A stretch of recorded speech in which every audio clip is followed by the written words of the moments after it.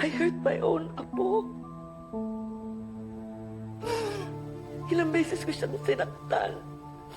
Pinarusahan. Bunga siya ng kasalanan. Tama lang yun sa kanya. Walang kasalanan ang apo ko. Ang anak ko ang may kasalanan.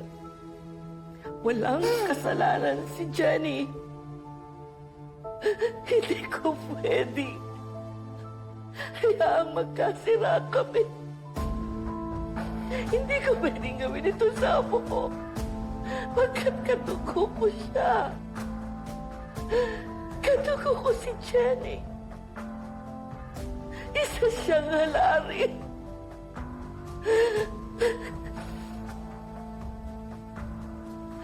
Bakit ngayon ko lang nalaman, Tara? Bakit?